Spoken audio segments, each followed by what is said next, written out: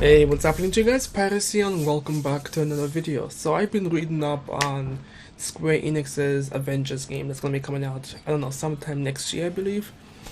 And in my last video that I talked about the game, I think I may have jumped a bit too quick into conclusion.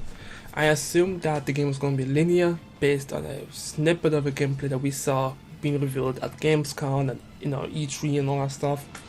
It never really dawned on me that it could have just been the tutorial stage. I mean, I guess in my defense, most of the time when they show off these glimpses of gameplay footages and stuff like that, it tends to be nearly kind of like maybe 20% into the game or something like that. I don't know why, but I never just assumed this just could be tutorial. They could just, I don't know, just show us a tutorial. And tutorials are usually linear. They don't let you kind of explore the world and see what's out there.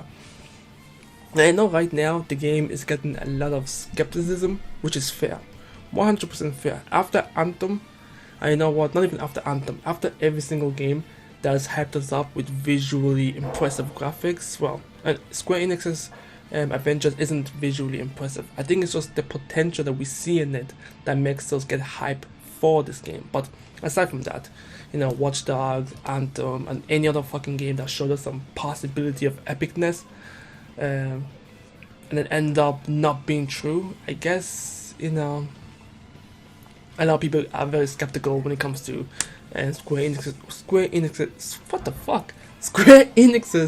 Avengers, which is fair. I don't blame them.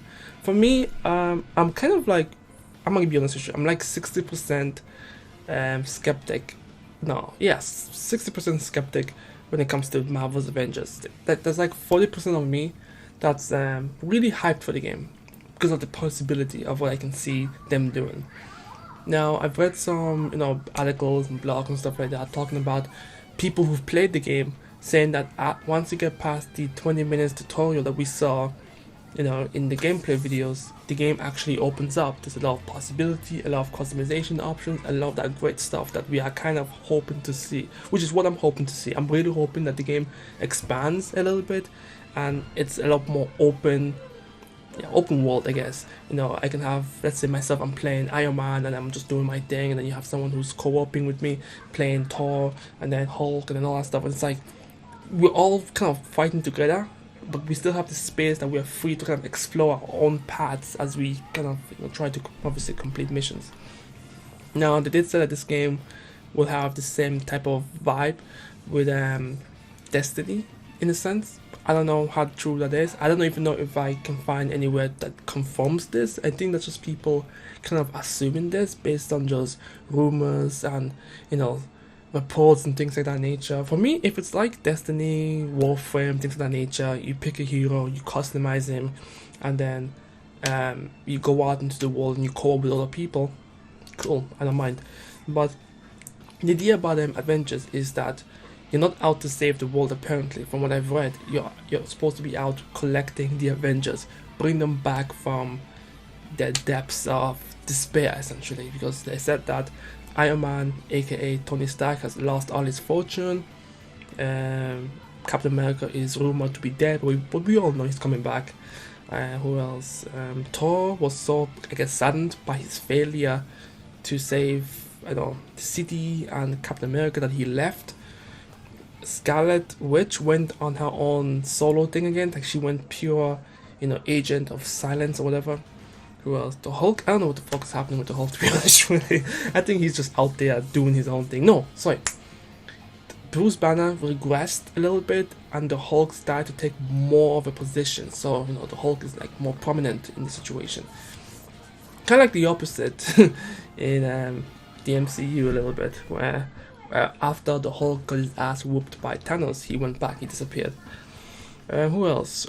Yeah, obviously we have the confirmation of Ant-Man and all that stuff, but aside from wanting more characters, because that's what I want more characters to be in the game. I don't know how many. I have to be realistic in this, because judging by the graphic fidelity of this game, I don't know how many characters they're going to be throwing in. It's not a fighting game, so I'm not expecting like 20 characters. Well, they're focusing on the Avengers. Like the story is revolving around the Avengers, and we don't know how many kind of part-time Avengers will join in and then leave the team afterwards. So we may see some cameos. But we don't know if they're going to be playable. And I think this is where the opportunity for microtransactions is going to come in. You know, they're going to create characters, and if people are interested in those characters, they can buy them. And obviously, people don't want that, but it's like there's a fine line in that thing. There's a fine line. I'm not trying to justify microtransaction. I've always been against it if it impacts the game in any sort of way. So let's say, for example, what hero are there? Let's say SpiderMan, for example. Let's say they put SpiderMan behind the paywall because they know SpiderMan is a very popular character and everybody obviously is a fan of SpiderMan. And the SpiderMan character that they create ends up being super OP, super powerful. I know there's no PvP, but I'm just saying, like, this man can clear out an entire 100-man squad with no issues. So kind of pay to win in that sense, but no. But yeah, what I'm trying to say is that I know I just said I was 60% skeptical about the game, which is still true.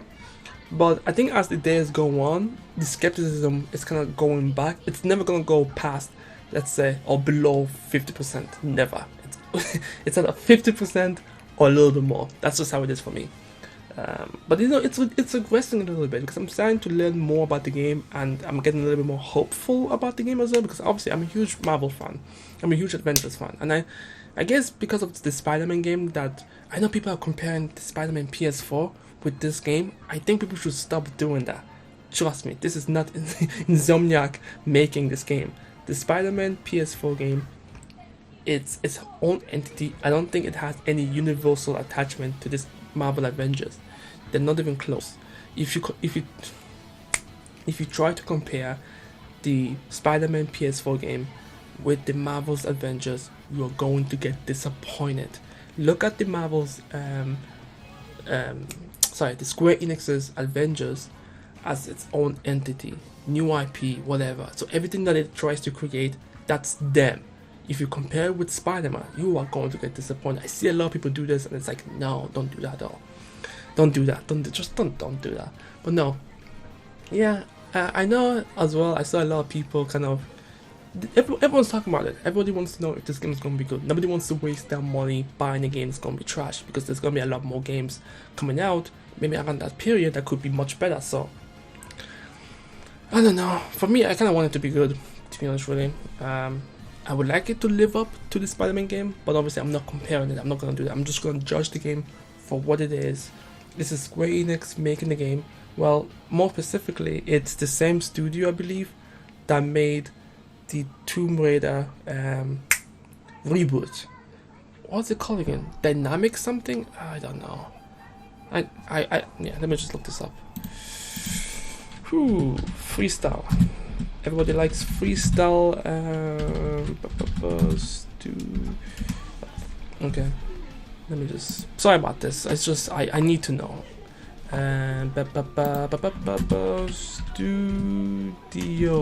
Let me.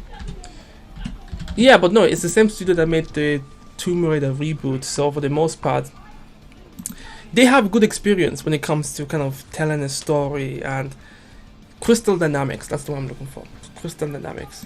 So I've played the Tomb Raiders reboots, the first, the second, and the third one. Obviously, I enjoyed them. They're really good. They play pretty damn well.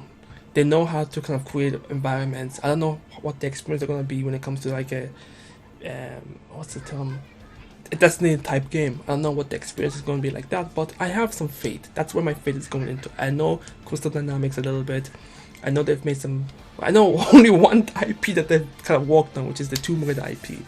So take it as you will. If you played the game, you may have some hopes. Maybe, I don't know.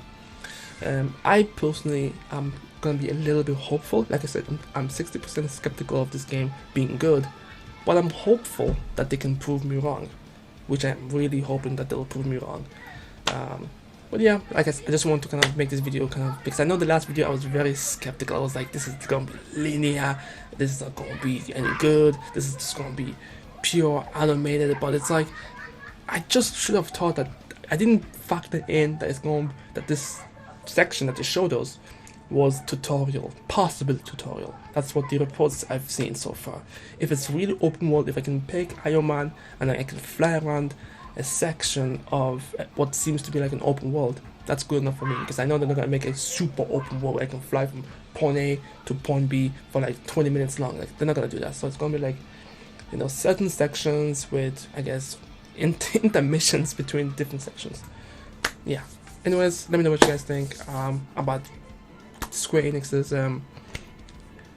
Marvel Avengers. Do you think it's gonna be good? Do you think it's gonna be bad? What's the take on this? Let me know in the comment section below. And I'll, yep, I'm Pyros. I always forget this. Hit the like button if you enjoyed the video, and let me know what you guys think. Peace.